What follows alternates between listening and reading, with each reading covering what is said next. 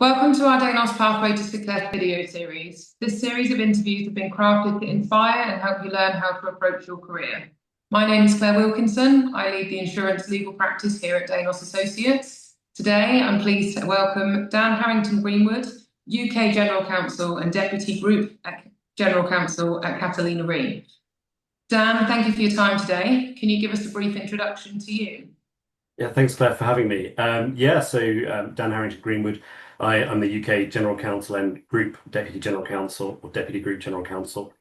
So I have day-to-day dotted line into the UK CEO. So I attend the UK board meetings, the executive committees, etc. And then I've also got a group role. So I report to the Chief Legal Officer, who's also the CEO for sort of half of our business, the P&C side of the business.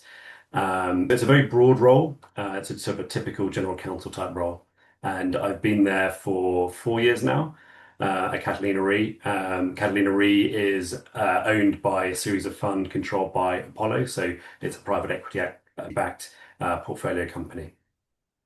Fantastic. So what do you love about your job? I think it's the breadth of the role. It's really every day is different from the one before. One minute you're dealing with a really sort of very difficult regulatory issues, trying to balance the company's commercial interest versus the regulatory obligations. The next minute could be more pressured M&A deal or a fundraise, for example. And then it could be something internal that's quite sensitive as well. Or it could be something just a lot more mundane than that. It's very, very broad. You're dealing with a large number of different stakeholders who have got all various different backgrounds as well. So it's a very interesting role, very broad. Very typical of an in-house there of being covering absolutely everything and anything, and every day is different, right? Yeah, exactly. I mean, a lot of people, you are the first call for any legal issues, and often it can be for any issues. They don't know whether there's a legal aspect to it or not, and sort of how do they solve those problems? Because you've been through it so many times with other people, you can help steer them and say, okay, look, yeah, primarily what you want to do is going to be driven by tax, so you need to speak to the tax team, for example, or it may be that this is a really heavily regulated area because it involves a regulated entity, so you need to speak to the CEO of that entity and work out what his priorities are, what the relationship with the regulators is like. So it can be very broad in that sort of a lot of it's problem solving. It's sort of very analytical. Fantastic. Thank you for that. What would you say the best career decision is that you've ever made? I think, to be honest, moving in house is probably the best. I really love moving in house. I moved. I spent my background. I spent about 4 years at Hogan Lovells where I trained, and I spent 5 years at White and Case doing M&A. Within that time, I did a number of secondments. I went to Barclays twice. I went to Lloyds Bank, and when the time to move in house came, I got a job at RSA, which was at the time a FTSE 100 insurer. And that really sort of set me on a good pathway. I think each of those secondments, I learned a lot more about being an in-house lawyer. Then finally moving in-house was great. I really enjoyed, as I said, the breadth of work and the very different atmosphere that you get from being in private practice. Yeah, absolutely. It's an interesting journey from practice to in-house and how different people navigate it. But it sounds like you've had great options there. What was there a career setback that you faced, sort of, which you later realised was an advantage or a disadvantage? Yeah, I mean, everyone has career setbacks throughout their careers. I think if you don't think you're having any setbacks, you're probably not pushing yourself hard enough. But it's natural that it's going to be times when you wanted a secondment or you wanted to work on a project or on a deal, or you wanted to get a promotion you thought you were going to get and you didn't. Any of those kind of things. And I think the key is really to focus on the positives. Okay, you didn't get that. How else can you improve your CV? How else can you improve yourself as a lawyer and try and find other ways around it? Be that sort of other projects you can work on, other areas of the business which are underserved by the legal team, trying to improve your relationships, your commercial acumen, that kind of thing. So you really try and look, okay, this hasn't quite worked out how I wanted to do it, but sort of plan B, what's that and how can I make it the best I possibly can? Yeah, absolutely. I think it's to accept those challenges and to move through is really, it's the right thing to do, isn't it? It works well. And sometimes the biggest setbacks end up being the greatest of change and things that force that change. What do you think is your greatest strength?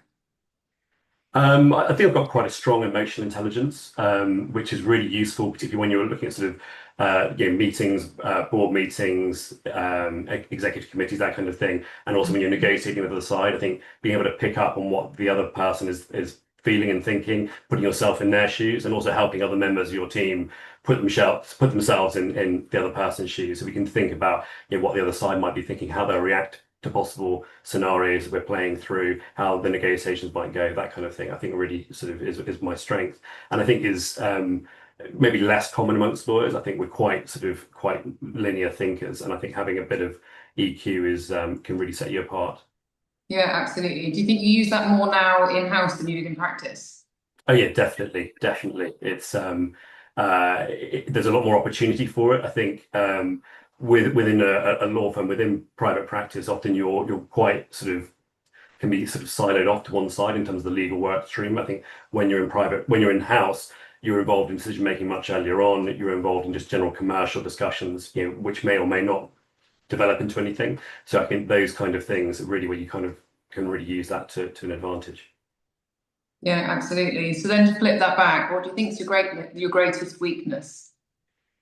Well, I think on the same sort of vein, I think when you move from private practice to in-house, I think one of the things I sort of struggled with initially was that sort of working with a much broader group of people. Now, like law firms can be on one level very diverse, but on the other hand, they're all typically very academic, very ambitious, and very driven people. And also, most of them have spent most of their careers working within a law firm. So then to go from that to a much broader group of people, particularly the larger the company, the more breadth you have people you work with who have got different priorities and different ways of thinking and working, and really sort of adapting to that and sort of working out how to motivate people, how to sort of to make sure that you're getting the best out of them as well. So managing a broader group of people.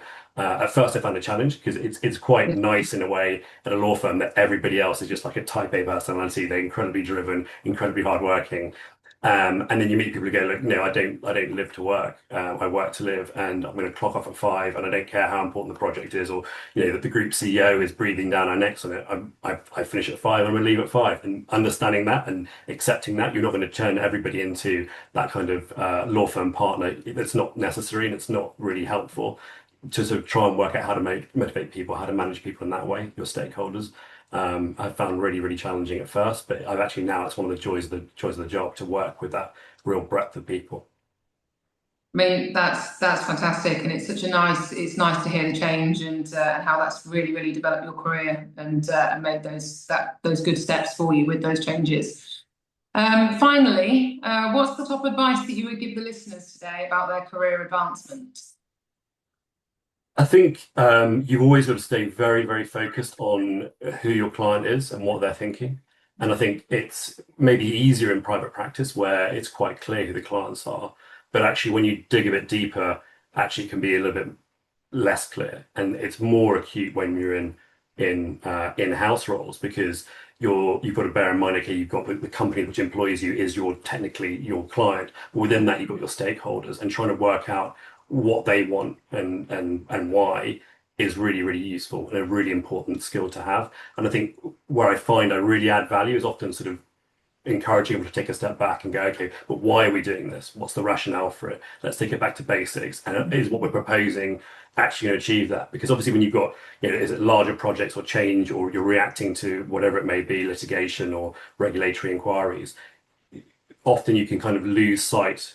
Things can get their own legs, and you end up sort of solving a problem that was thrown up by the original solution rather than the original problem. Yeah. And I think that's quite useful to take a step back and go, okay, what are we trying to achieve here? And I think a big part of that is trying to work out, as I say, who your clients are internally, be it sort of the CEO and his business, or another division, or however it may be. Fantastic. Well, thank you, Dan. It's been a pleasure to speak with you today. If you'd like more information on our pathway to success, please view the full series or contact Danos. Thank you. Thanks very much.